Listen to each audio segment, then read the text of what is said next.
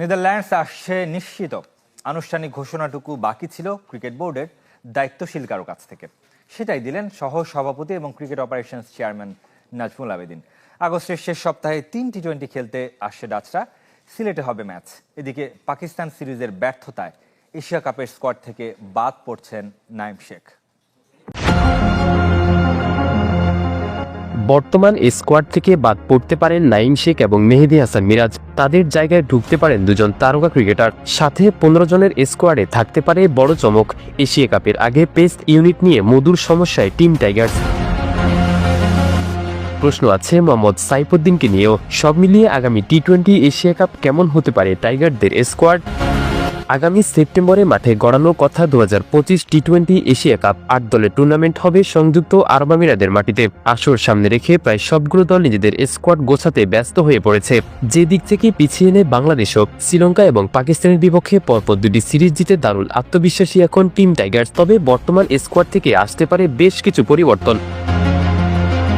দুর্দান্ত পারফর্ম করে টি-20 দলে ওপেনিং পজিশনে থিতু হয়ে গেছেন পারভেজ হোসেন ইমন এবং তানজিদ তামিম। দুজনকে ঘিরে বড় স্বপ্ন দেখছে লাল সবুজের ক্রিকেট প্রেমীরা। তবে তাদের ব্যাকআপ হিসেবে কে যাবেন এশিয়া কাপে তা নিয়ে আছে বড় একটা প্রশ্ন। দীর্ঘ 38 মাস পর দলে ফিরেছেন নাঈম শেখ। ঘরোয়া লিগে দুর্দান্ত পারফরমেন্স করলেও ন্যাশনাল জার্সিতে 3 ম্যাচে ব্যর্থ ছিলেন তিনি। তাই এশিয়া কাপের আগে বাদ পড়া সংখ্যায় রয়েছে বামহাতি এই ওপেনার। তার মতোই প্রশ্ন আছে ওয়ানডে কাপ্তান মেহেদী হাসান মিরাজকে নিয়েও। বাকি 2 ফরম্যাটে ধারাবাহিক হলেও টি-20 ক্রিকেটে মানানসই ব্যাটিং করতে পারেননি মিরাজ। পাশাপাশি বল হাতে দিতে পারেননি আস্থার প্রতিদান। তাই এশিয়া কাপের পূর্বে মিডল অর্ডারের বিবেচনা থেকে বাদ পড়তে পারে তার নাম। ওপেনিং পজিশন থেকে নাঈম শেখ বাদ পড়লে আবারও সৌম্য সরকারকে ফেরানোর সম্ভাবনা রয়েছে। গত গ্লোবাল সুপার লিগে মোটামুটি উজ্জ্বল ছিলেন এই ব্যাটার। 3 নম্বর পজিশনের জন্য থাকবেন অধিনায়ক লিটন কুমার দাস। প্রথমবারের মতো কোনো বহুজাতিক টুর্নামেন্টে বাংলাদেশ দলকে নেতৃত্ব দেবেন তিনি। এদিকে স্কোয়াড নির্বাচনের সবচেয়ে বড় সমস্যায় পড়তে পারে মিডল অর্ডার নিয়ে।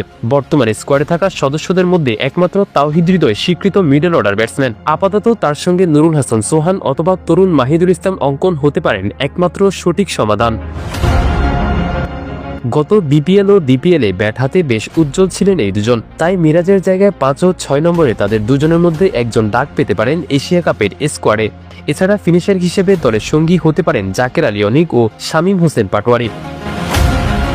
সব দিক বিবেচনা করলে বর্তমানে জাতীয় দলের সবচেয়ে ধারাবাহিক ব্যাটার এই দুজন। তাই টুর্নামেন্টের বড় দায়িত্ব সামলাতে হবে তাদেরকেই। স্পিন বিভাগে সবচেয়ে বড় নাম হবেন সহ অধিনায়ক শেখ মেহেদী হাসান। তার সাথে থাকতে পারেন রিশাদ হোসেন এবং নাসুম আহমেদ।